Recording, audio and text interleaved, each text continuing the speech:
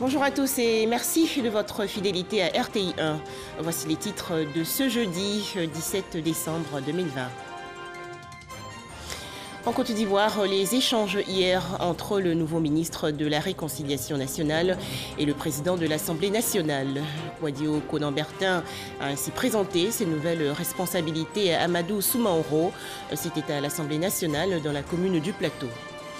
Toujours en Côte d'Ivoire, l'inauguration hier de 2 fermes avicoles à Grand Bassam dans la région sud. Objectif, résorber la question du chômage des jeunes et lutter contre l'insécurité alimentaire. C'est un projet développé par le ministère de la Jeunesse et de l'Emploi des Jeunes.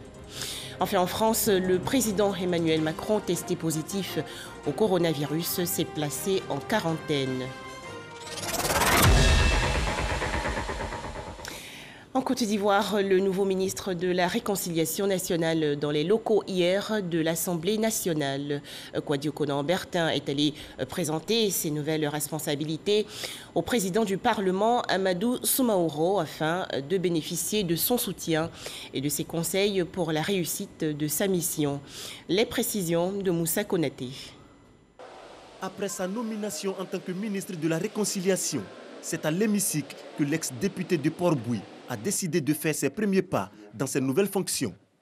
Kwadio Konan-Bertin est reçu par le président de l'Assemblée nationale, Amadou Soumaoro.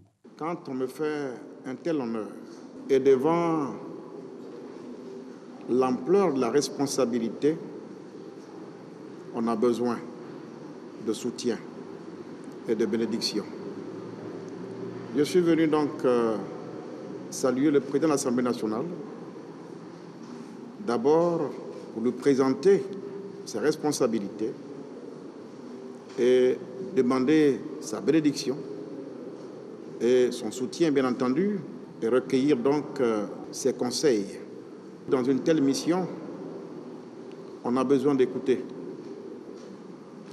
ceux qui ont un peu plus d'expérience que nous, pour être sûr que nous sommes dans la bonne direction. Pour sa mission future, Kakabe se dit prêt et entend œuvrer pour la réconciliation selon la vision du chef de l'État Alassane Ouattara. J'ai rencontré le président de la République. J'ai trouvé un président dans une dynamique de paix, de réconciliation. Dans ces conditions, nous devons donc mobiliser toutes nos énergies autour de lui pour l'accompagner dans cette dynamique. Ça veut donc dire que nous devons accepter de quitter résolument la belligérance pour nous installer définitivement dans la paix par le dialogue qui aboutit à la réconciliation. Le département ministériel de Kakabe aura pour mission essentielle le renforcement de la cohésion sociale en Côte d'Ivoire. Toujours en Côte d'Ivoire, ce film documentaire pour retracer l'enfance et le parcours exceptionnel de la grande chancelière Henriette Dagri-Diabaté.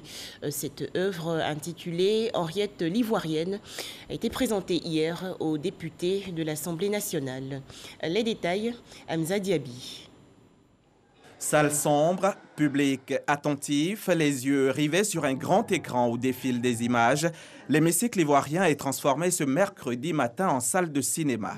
Les députés suivent religieusement un film documentaire sur Henriette Dagri-Diabaté, un modèle de parcours de vie. Ce film passe en revue sa vie, son enfance à Gagnoa, ses rapports avec son père, ses études d'histoire et ses travaux de recherche dans la Côte d'Ivoire profonde, sa vie amoureuse et surtout son combat politique aux côtés du président Alassane Ouattara. Voilà une dame, elle a été à l'école et elle a assumé, elle a continué, elle a fait sa thèse.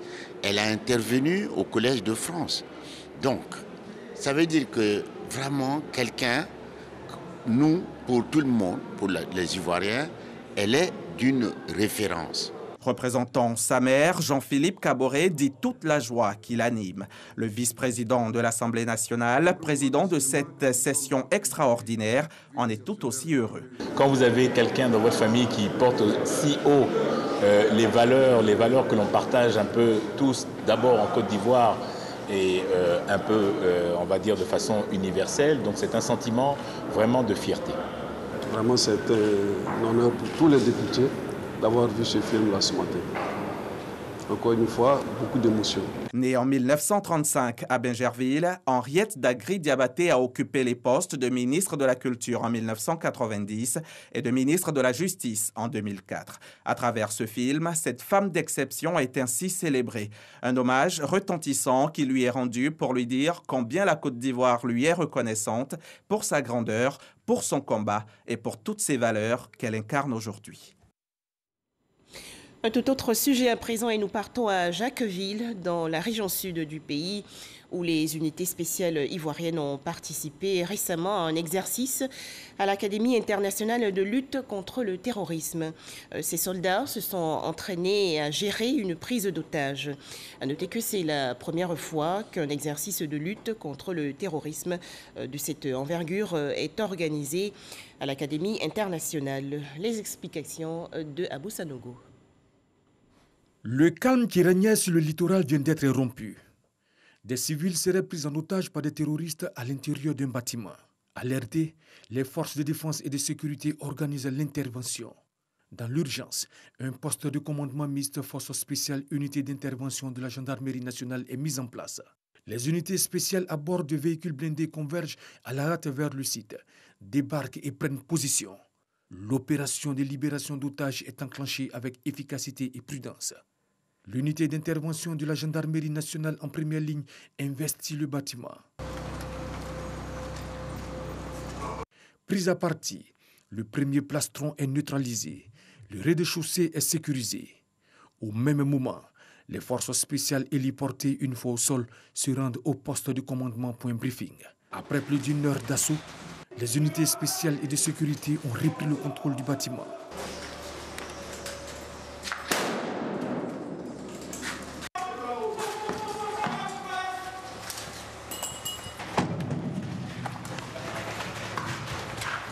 À ce stade, 5 terroristes ont été tués.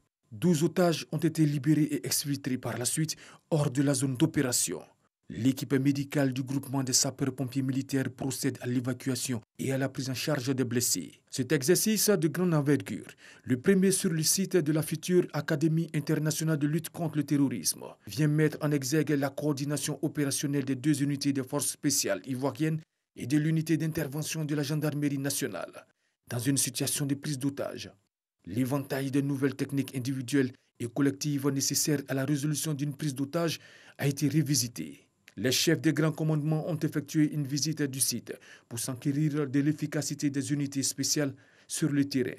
La lutte contre le terrorisme nécessite l'acquisition de savoir-faire particuliers, notamment pour les unités d'intervention. Et cette acquisition ne peut se faire que par l'entraînement, le drill.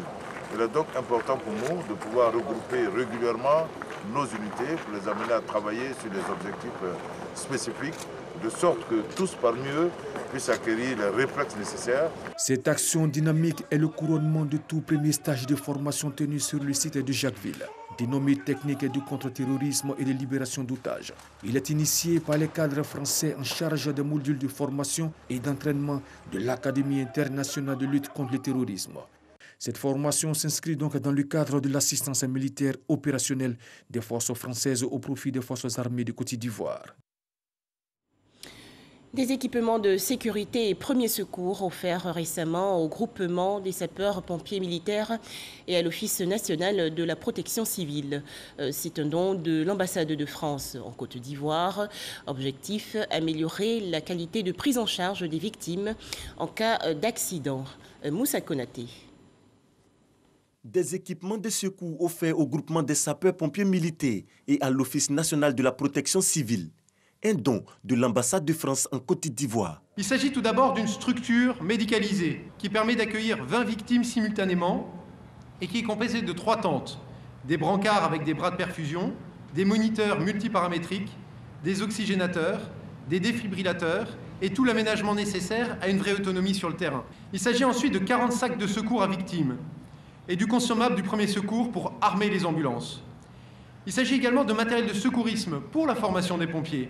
Et il s'agit enfin de matériel NRBC pour appuyer la création d'une première équipe d'intervention chimique. Cette action s'inscrit dans le cadre de la coopération ivoiro-française, un partenariat dont a déjà bénéficié le groupement des sapeurs-pompiers militaires. Il y a eu le renforcement des capacités de notre véhicule poste de commandement par l'acquisition de divers matériels didactiques et matériels d'aide à la décision.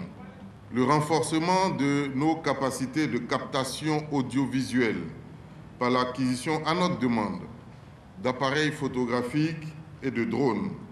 Il y a eu l'acquisition d'un important lot de matériel de protection et d'hygiène dans le cadre de la riposte contre la Covid-19.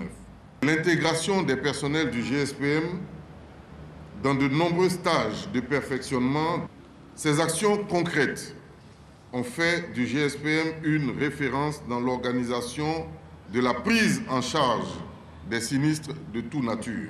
Le renforcement des capacités opérationnelles des services de secours d'urgence est un acte bien apprécié par les autorités ivoiriennes.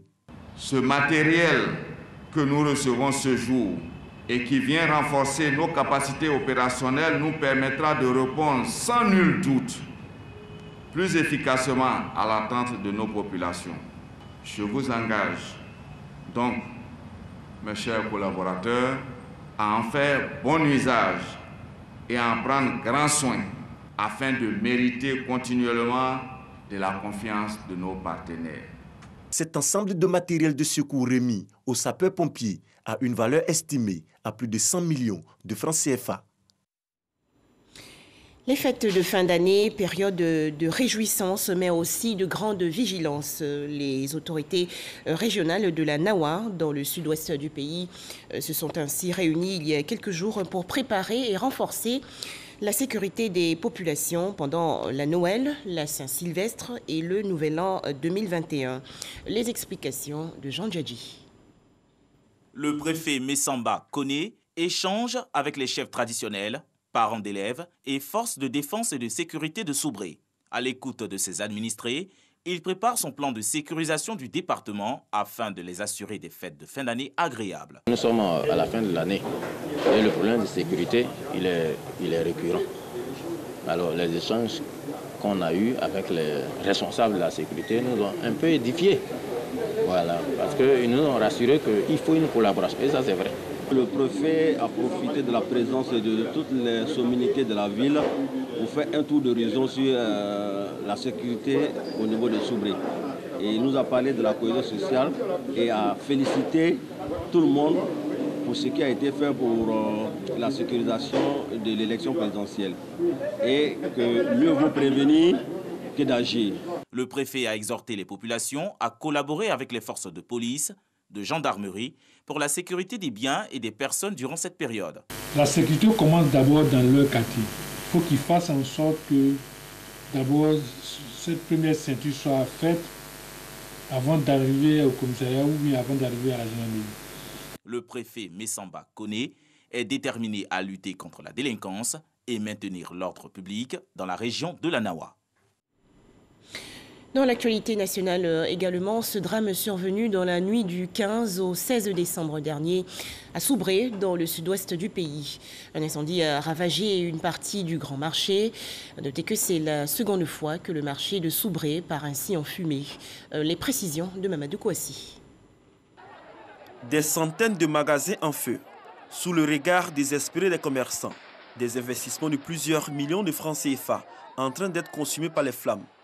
Ce spectacle de désolation se déroule au marché central de la ville de Soubré. Un incendie qui intervient aux environs de 19h selon les informations, soit quelques instants seulement après sa fermeture. Devant l'ampleur des flammes, impossible d'apporter une solution véritable. Quelques seaux d'eau qui ne peut concrètement rien sauver. Il faut alors récupérer certains articles. Une action périlleuse qui ne donne pas de résultats concluants pour certains commerçants. Cet incendie déclaré dans la nuit du mardi 15 au mercredi 16 décembre 2020 a ravagé une grande partie de ce marché central, bâti avec des moyens de bord après l'incendie de février 2018. En attendant la suite des enquêtes, pour situer la cause de ce drame, les commerçants continuent de méditer sur leur sort en cette période de fête de fin d'année. Autre actualité nationale, le lancement des activités de l'association He4She, en français, lui pour elle. Il s'agit pour cette structure de booster la lutte contre les inégalités liées au genre au sein du ministère des Mines et de la Géologie. Les précisions de Didier Nguessan. Et si les hommes s'engageaient pour l'égalité des genres? Cet espoir est une réalité dans le secteur minier avec la création de l'association He4She, c'est-à-dire lui pour elle, Mines Côte d'Ivoire. Son président, Pascal Benakoni, remet les statuts et règlements de l'association au ministre des Mines et de la Géologie, Jean-Claude Kouassi. Pendant ce mandat de 3 ans, à la tête de cette association, je compte mobiliser un grand nombre d'hommes du secteur minier, tout particulièrement ses dirigeants, afin qu'ils deviennent, pour ceux qui ne le sont pas déjà, des ambassadeurs du changement pour que demain, plus de femmes travaillent et s'épanouissent dans cette industrie en plein essor. Ngambala Antonia, représentante pays ONU Femmes, a indiqué que He4She est un mouvement mondial en faveur de l'égalité des sexes lancé par les Nations Unies en 1994. La Côte d'Ivoire est le premier pays africain qui se dote d'un tel instrument d'amélioration de la condition féminine, notamment dans le secteur des mines. La campagne He4She invite les hommes et les garçons à s'engager auprès des femmes pour la promotion de leurs droits et pour l'égalité entre les hommes et les femmes. Du fait de la sous-déclaration des embauches, la faiblesse de la représentativité des femmes dans le secteur minier semble beaucoup plus élevée en Côte d'Ivoire. Cette inégalité entre l'homme et la femme ne peut plus et ne doit plus perdurer. Il y a urgence à agir. En Côte d'Ivoire, les femmes représentent à peine 7% du personnel dans le secteur minier, contre 10% dans le monde. L'association He4She va travailler à améliorer leur employabilité. Poursuivons avec cette cérémonie de remise de diplômes à 44 experts formés en ingénierie du genre. Une initiative de la chaire UNESCO aux femmes et pouvoir de décision. Les festivités se sont déroulées le 12 décembre dernier à la salle des fêtes du ministère des Affaires étrangères dans la commune du Plateau. Les temps forts de cet événement avec Sephora Zegui. Auditeur, il y a 9 mois à la chaire UNESCO aux femmes et pouvoirs de décision, ces 36 femmes et 8 hommes sont désormais des experts en ingénierie du genre. Le parchemin en poche, ils vont travailler à réduire les inégalités et rétablir l'équité entre les hommes et les femmes. Au regard des défis qui nous attendent, nous exprimons ici notre absolu engagement à œuvrer à vos côtés, Madame la Ministre, et aux côtés des autorités compétentes pour plus de justice sociale, pour rétablir les équilibres menacés, accompagner et favoriser les évolutions sociétales, promouvoir l'égalité des chances et lutter contre les discriminations. Euphrasie Yao Kouassi, titulaire de la chaire UNESCO aux femmes et pouvoirs de décision, après avoir félicité ses nouveaux diplômés, annonce des innovations pour les prochaines sessions. Elle ouvrira ses portes au niveau international en combinant les cours en ligne et les cours en présentiel.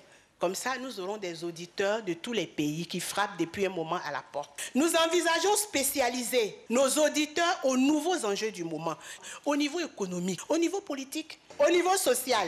Genre, paix et sécurité sociale et les violences basées sur le genre. Représentant le parrain de la promotion, Charles Kouassi, directeur général de la CNPS, Serge Dibi s'est réjoui de l'excellent travail abattu par la chaire UNESCO. Il invite ses filleuls à faire de la Côte d'Ivoire une référence dans la promotion du genre. Un témoignage de notre institution a accompagné cette initiative qui vise à mettre à la disposition de la Côte d'Ivoire, de l'Afrique et du monde des experts en genre et développement, contribuant ainsi à faire la promotion du genre dans notre pays, un idéal partagé par tous. Depuis 2018, la chaire UNESCO aux femmes et pouvoirs de décision a formé 109 experts issus de différents secteurs d'activité en ingénierie du genre. Pour postuler à cette formation, s'inscrire au www.chairunesco-elearning.com. Les inscriptions ont démarré et prennent fin le 12 janvier 2021. 6 pharmaciens ivoiriens célébrés récemment par leur père dans la commune de Cocody. Ils ont en effet été admis au concours d'agrégation 2020 du Centre africain et malgache de l'enseignement supérieur, le CAMES. Les explications de Cheikh Koné. Une fois de plus, les enseignants-chercheurs ivoiriens admis au concours d'agrégation du Centre africain et malgache de l'enseignement supérieur CAMES ont fait l'honneur à la Côte d'Ivoire.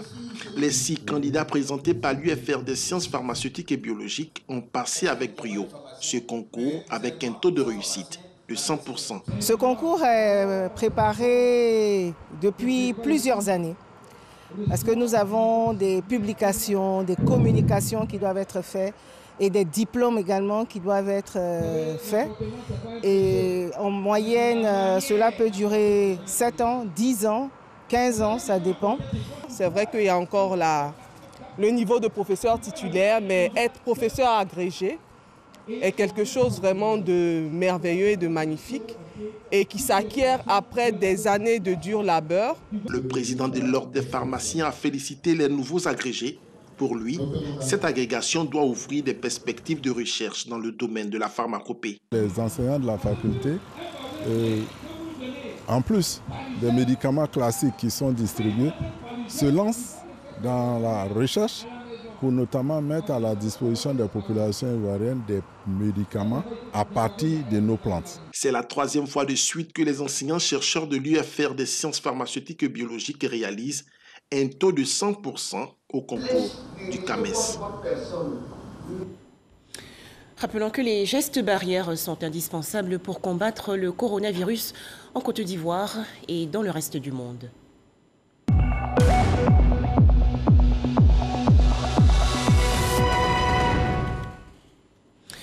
« 24 nouveaux cas de maladie à coronavirus ont été enregistrés hier en Côte d'Ivoire par le ministère de la Santé et de l'Hygiène publique.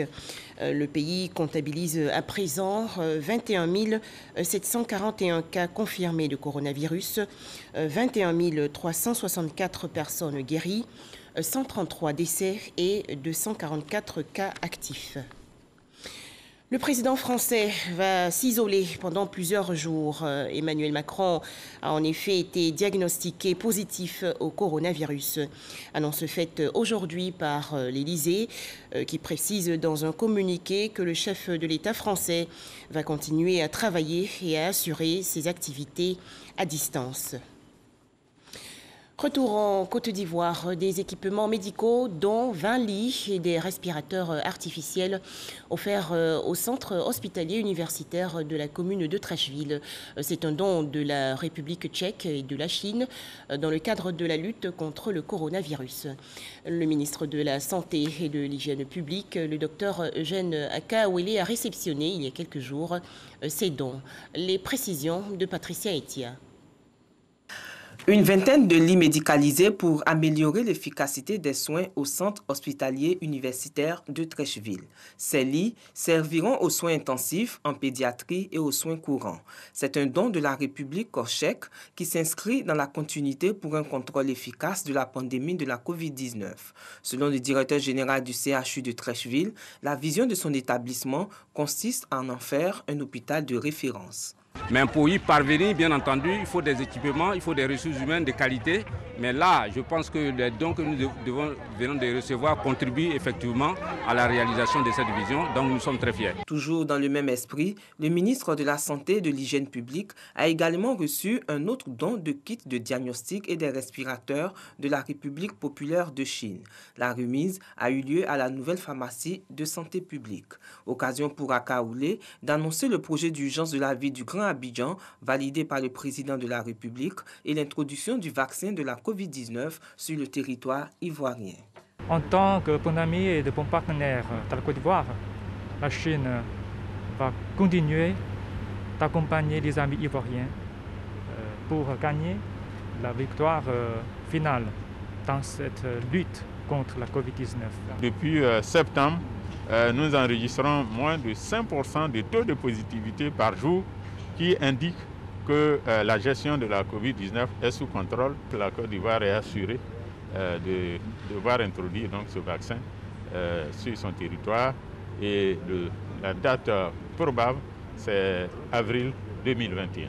Ces différents dons sont la preuve de l'excellente coopération entre la Côte d'Ivoire et ces différents pays pour remporter la bataille contre la Covid-19. Commune d'Abobo, plus de 400 femmes ont bénéficié récemment d'une séance gratuite de dépistage du cancer du col de l'utérus et des seins. Les précisions de Cheikh Koné. À Bobo PK18, ce matin, Catherine se rend à la formation sanitaire urbaine de son quartier pour un dépistage du col de l'utérus et du cancer du sein. Donner un examen de fer au CHU de Cocody. Donc d'ici, je vais aller voir ce qu'il y a. Et après, je viendrai donner le résultat ici.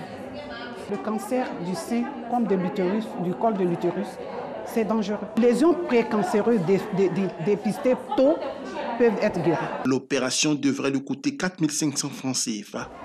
Mais elle a plus de chance. Elle va profiter d'une journée de dépistage gratuite lancée ce jour même par un mouvement de jeunes dans ce centre. Cette journée de dépistage gratuite est l'œuvre du Forum Nation Arc-en-Ciel pour Ambak. À terme, 300 femmes du sous-quartier de la commune seront dépistées. Nous avons décidé aujourd'hui d'organiser une journée spéciale de dépistage gratuit et de sensibilisation contre le cancer du sein et du col de l'utérus à l'endroit de nos mères, de nos sœurs, tout simplement parce qu'il y a un besoin imminent là. Dans les semaines à venir, l'organisation entend poursuivre son action dans d'autres quartiers de la commune d'Abobo en vue de faire dépister le maximum de femmes.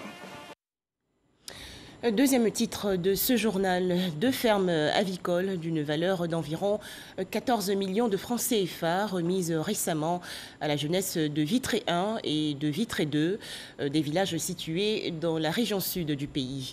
Ce projet d'insertion des jeunes dans la filière avicole est développé par l'agence Emploi Jeunes du ministère de la Promotion de la Jeunesse et de l'Emploi des Jeunes, soutenu par le ministère des Ressources animales et halieutiques. Les précisions de Walter Amadou. La coupure symbolique de ruban par le ministre Mamadou Touré marque ainsi de façon officielle le début de la phase d'exploitation de cette ferme. Nous sommes à Vitre 2 dans la commune de Grand Bassam. C'est la mise en œuvre du projet d'insertion de 3300 jeunes dans le secteur avicole. Ce projet est porté par l'Agence Emploi Jeunes, AEJ, et le programme d'appui à la production avicole nationale, PAPAN. Pour cette phase pilote lancée en 2018, 128 fermes dénommées Petites Entreprises Avicoles, PEA, seront installées. Les bénéficiaires retenus après analyse de leur dossier, puis une formation, traduisent ici leur reconnaissance au gouvernement. Notre reconnaissance va en particulier au chef de l'État, son Excellence M. Alassane Ouattara, pour sa vision pour une jeunesse active et épanouie. Je voudrais vous rassurer de notre détermination à réussir le challenge d'être propriétaire de fermes et encourageant tous nos amis jeunes à s'inscrire massivement aux opérations pilotées par l'Agence Emploi Jeunes et celles du ministère des Ressources animales et halieutiques. Le ministre de la Promotion de la Jeunesse et de l'Emploi des Jeunes exhorte les bénéficiaires à plus de responsabilités dans la gestion de leurs fermes. Cette phase pilote couvre 8 régions. Elle a nécessité 1 184 307 400 francs CFA et doit permettre de créer 72 petites entreprises agricoles.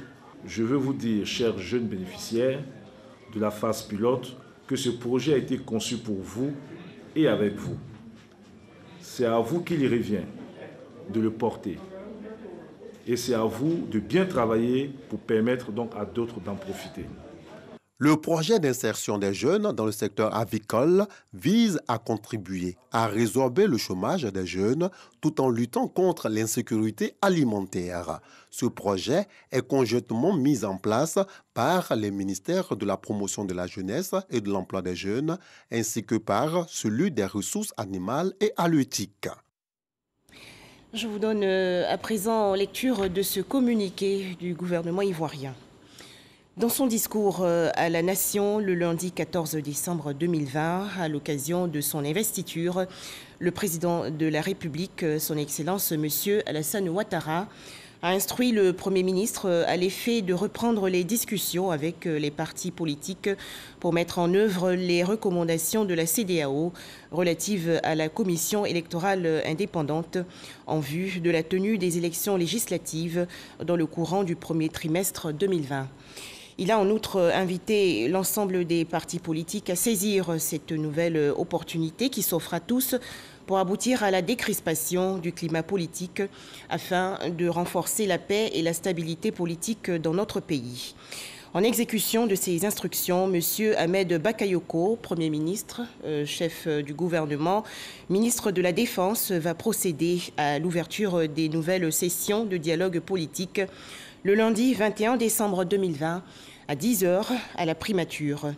Comme il est d'usage, des courriers individuels seront adressés aux responsables des partis et groupements politiques ainsi qu'à ceux des organisations de la société civile concernées en vue de les inviter à l'ouverture de ces sessions de dialogue politique. Fait à Abidjan le 17 décembre 2020, signé le ministre de l'Intérieur et de la Sécurité, le général Diomandé Vagondo. Voilà, c'est la fin de ce 13h. Merci d'avoir été des nôtres et très bonne suite des programmes.